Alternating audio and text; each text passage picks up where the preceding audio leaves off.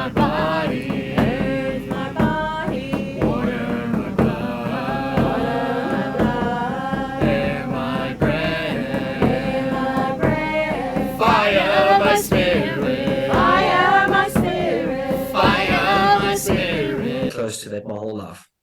And as I started growing up, obviously, I used to experiment with different kinds of hallucinogens, but they weren't plant medicines. They were actually things like I used to be like one of those really bad children, and we used to sniff glue and petrol, and I would have hallucinations basically of the future. So I knew that something was happening there, and after that I got a few bad frights from doing that, and I kind of just left it alone for a bit, and I lived my life, finished school, worked, became an alcoholics kind of, and because you're kind of just trying to fill up every hole there is inside of you with any pill or anything that you could sniff or shove up your nose.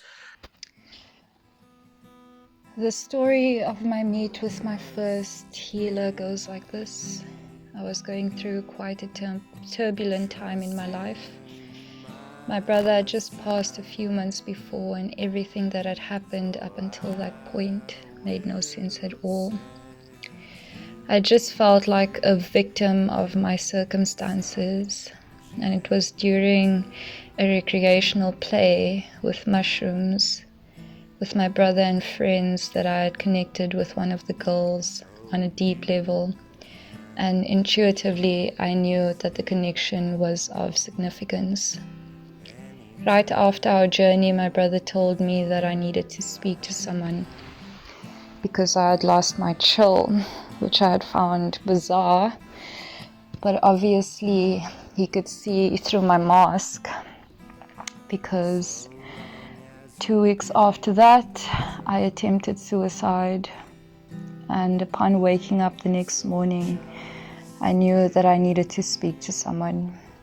So I reached out to the girl that I connected with in the journey, and her mom happened to be a shaman and was happy to work with me. The plant became my guide. In fact, I surrendered completely to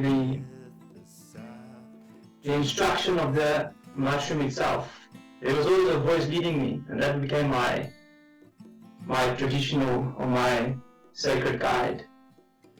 And it wasn't always easy because the ego doesn't want to listen. We want to think that we know. We want to believe that we don't need a guide, that we know better, we know all these things. And the second or third time that I communicated to this plant, which we call, goes by many names, isn't it? Sacred mushroom, magic mushroom,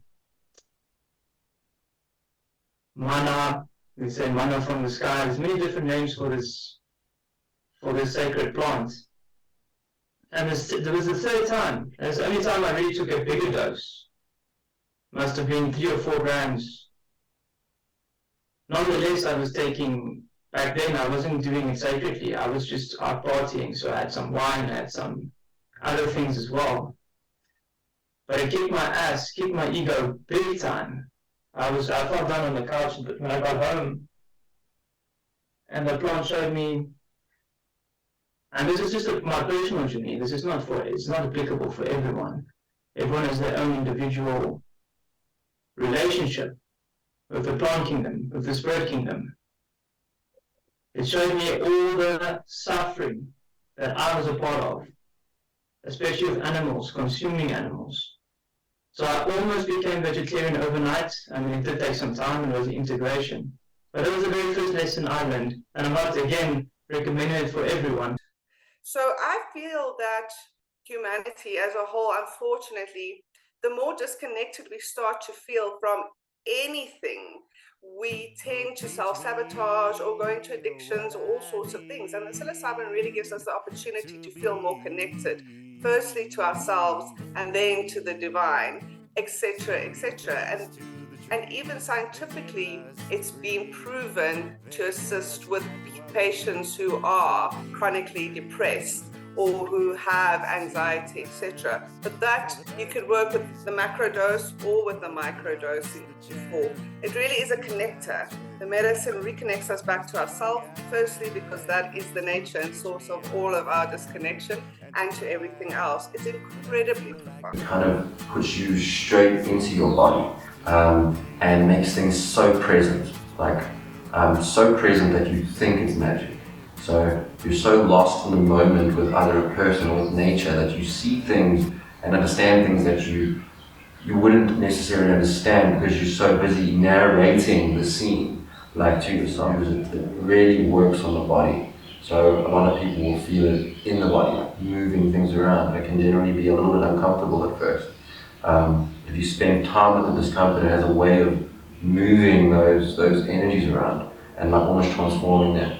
And even to a degree, sometimes reliving an experience through that pain and releasing it. He changed my life.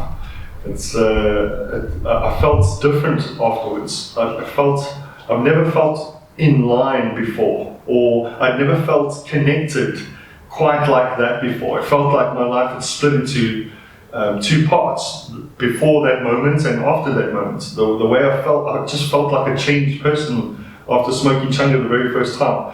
And then as I started to explore a little bit more, some messages started coming through the medicine that was directing me to serve this medicine, not take this medicine. And from that point, the amounts that I was taking got less and less and less, and the amount of people that I was giving became more and more and more. And I sort of went down this path of just finding people that I thought it would resonate with and just giving it away. What do the what can the aforementioned medicines help with? That also very much comes down to the individual, but I have seen it be super effective for, number one, anxiety. For me specifically, drug addiction. It seemed to erase, a large dose of mushrooms erased long-standing addictions in me that wasn't my intention to begin with, but somehow that's what happened.